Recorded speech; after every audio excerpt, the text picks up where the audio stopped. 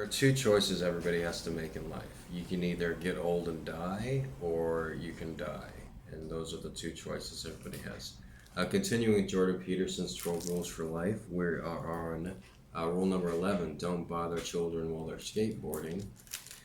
This section is entitled Compassion as a Vice. Many of the female clients, perhaps even a majority, that I see in my clinical practice have trouble in their jobs and family lives not because they are too aggressive, but because they are not aggressive enough. Cognitive behavioral therapists call the treatment of such people, generally characterized by more feminine traits as agreeableness, politeness, and compassion, and neuroticism, anxiety and emotional pain, assertiveness training. Insufficient aggressive women and men, although more rarely, do too much for others. They tend to treat those around them as if they were distressed children. They tend to be naive. They assume that cooperation should be the basis of all social transactions, and they avoid conflict, which means they avoid confronting problems in their relationships as well as work. They continually sacrifice for others. This may sound virtuous, and it is definitely an attitude that has certain social advantages, but it can and often does become counterproductively one-sided because two agreeable people bend over backwards for other people. They do not stand up properly for themselves, assuming that others think as they do. They expect, instead of ensuring, reciprocity for their thoughtful actions. When this does not happen, they don't speak up. They do not or cannot straightforwardly demand recognition. The dark side of their character emerges because of the subjunction, and they become resentful. I teach excessively agreeable people to note the emergence of such resentment, which is very important, although very toxic emotion. There are only two major reasons for resentment: being taken advantage of, or allowing yourself to being taken advantage of, or whining refusal to adopt responsibility and grow up. If you're resentful, look for the reasons. Perhaps discuss the issue with someone you trust. Are you feeling hard done by in an immature manner? If, after some honest consideration, you don't think it's that, perhaps someone is taking advantage of you. This means that you now face a moral obligation to speak up for yourself. This might mean confronting your boss, or your husband, or your wife, or your child, or your parents. It might mean gathering some evidence strategically so that when you confront that person, you can give them several examples of their misbehavior, at least three, so they can easily weasel out of your accusations. It might mean failing to concede when they have offer you their counter arguments. People rarely have more than four at hand. If you remain unmoved, they get angry or cry or run away. It's very useful to attend to tears in such situations. They can be used to motivate guilt on the part of the accuser due, theoretically, to having caused hurt, feelings, and pain. But tears are often shed in anger. A red face is a good cue. If you can push your point past the first four responses and stand fast against the consequent emotion, you will gain your target's attention and, perhaps, their respect. This is genuine conflict, however, and it's neither pleasant nor easy. You must also know clearly what you want out of the situation and be prepared to clearly articulate your desire. It's a good idea to tell the person you are confronting exactly what you would like them to do instead of what they have done or currently are doing. You might think, if they love me, they would know what to do. That's the voice of resentment. Assume ignorance before malevolence. No one has a direct pipeline to your wants and needs, not even you. If you try to determine exactly what you want, you might find that it is more difficult than you think. The person oppressing you is likely no wiser than you, especially about you. Tell them directly what would be preferable instead, after you have sorted it out. Make your request as small and reasonable as possible, but ensure that its fulfillment would satisfy you. In that manner, you come to the discussion with a solution instead of just a problem. Agreeable, compassionate, empathetic, conflict-averse people, all those traits grouped together, let people walk on them, and they get bitter. They sacrifice themselves for others, sometimes excessively, and cannot comprehend why this is not reciprocated. Agreeable people are compliant, and this robs them of their independence. The danger associated with this can be amplified by high trait neuroticism. Agreeable people will go along with whoever makes a suggestion instead of insisting, at least sometimes, on their own way. So they lose their way and become indecisive and too easily swayed. If they are, in addition, easily frightened and hurt, they have even less reasons to strike out on their own, as doing so exposes them to threat and danger, at least in the short term. That's the pathway to dependent personality disorder, technically speaking. It might be regarded as the polar opposite of antisocial personality disorder, the set of trait characteristics delinquency in childhood and adolescence and criminality in adulthood. It would be lovely if the opposite of a criminal was a saint, but it's not the case. The opposite of a criminal is an ophidious mother, which is its own type of criminal. The ophidious mother, and fathers can play this role too, but it's comparatively rare, says to the child, I only live for you. She does everything for her children. She ties their shoes and cuts up their foods and lets them crawl into bed with her and her partner far too often. That's a good and conflict avoidant method for avoiding unwanted sexual attention as well. The Ophidial mother makes a pact with herself, her children, and the devil itself. The devil is this: above all, never leave me. In return, I will do everything for you. As you age without maturing, you will become worthless and bitter, but you will never have to take any responsibility, and everything you do that's wrong will always be someone else's fault.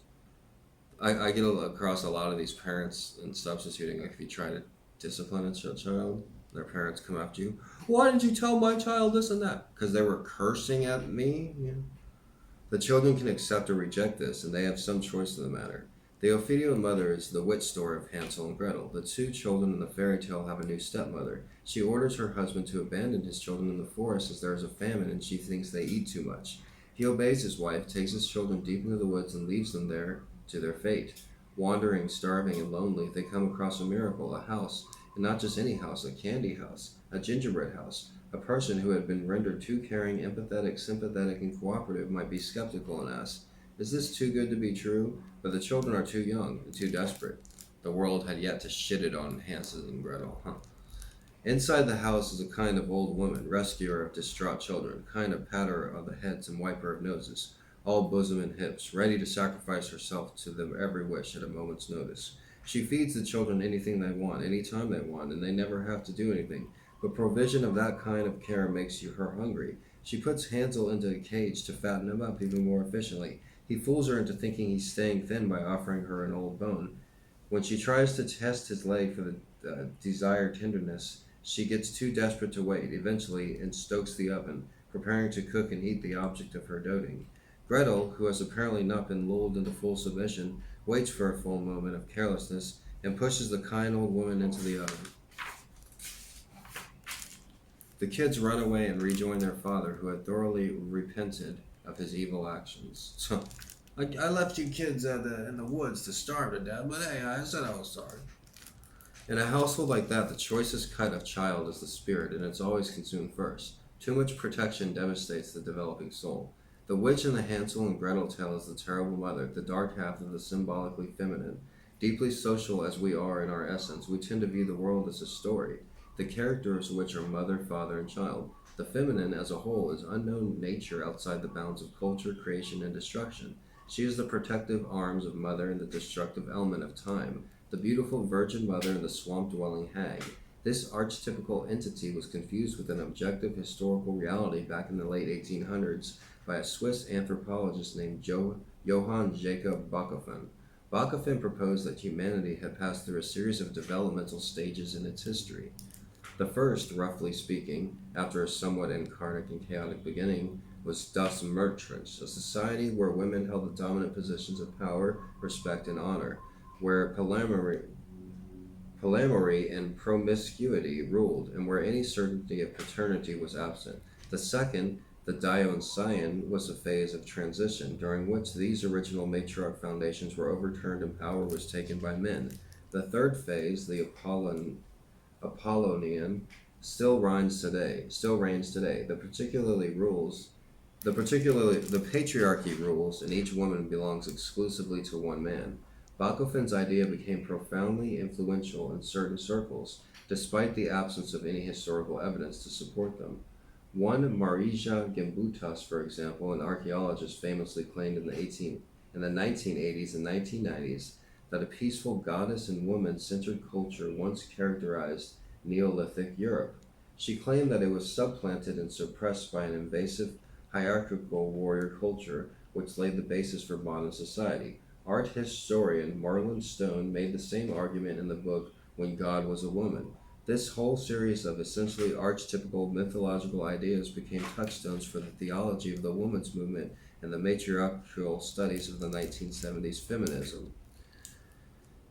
Cynthia Eller, who wrote a book criticizing such ideas, The Myth of Matriarchal Prehistory, called this theory an ennobling lie. Carl Jung had encountered Bachofen's ideas of premortal matriarchy decades earlier. Jung soon realized, however, that the developmental progression described by the earliest Swiss thinker represented a psychological rather than a historical reality. He saw in Bachofen's thought the same process of projection of imaginative fantasy onto the eternal world that had led the population of the cosmos with constellations and gods.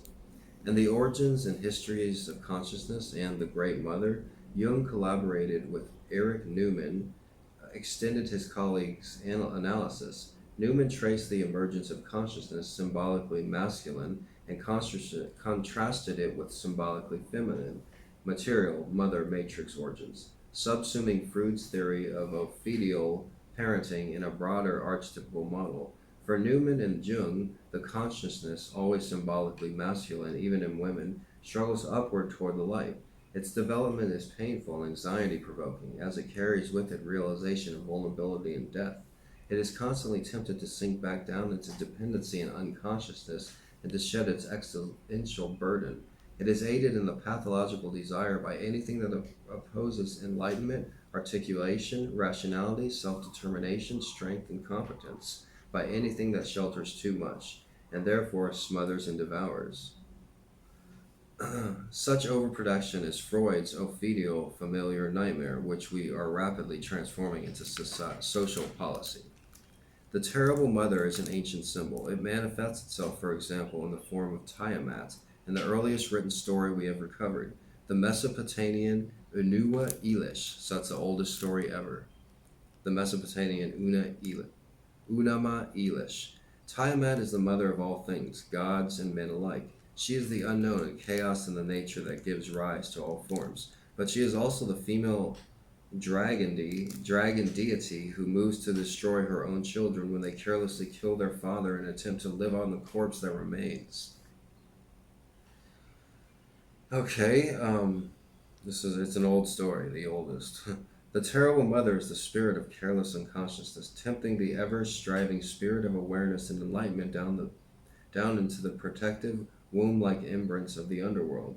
It's the terror young men feel towards attractive women who are nature itself, ever ready to reject them intimately at the deepest possible level. Nothing inspires self-consciousness, undermines courage, and fosters feelings of nihilism and hatred more than that, except perhaps the too tight embrace of too caring mom. The terrible mother appears in many fairy tales and in many stories for adults.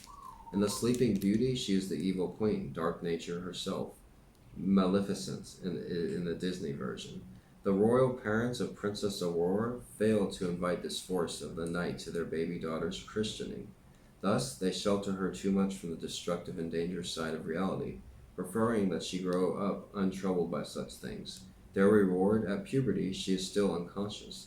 The masculine spirit, her prince, is both a man who could save her by tearing her from her parents and her own consciousness, trapped in a dungeon by the machinations of the dark side of femininity.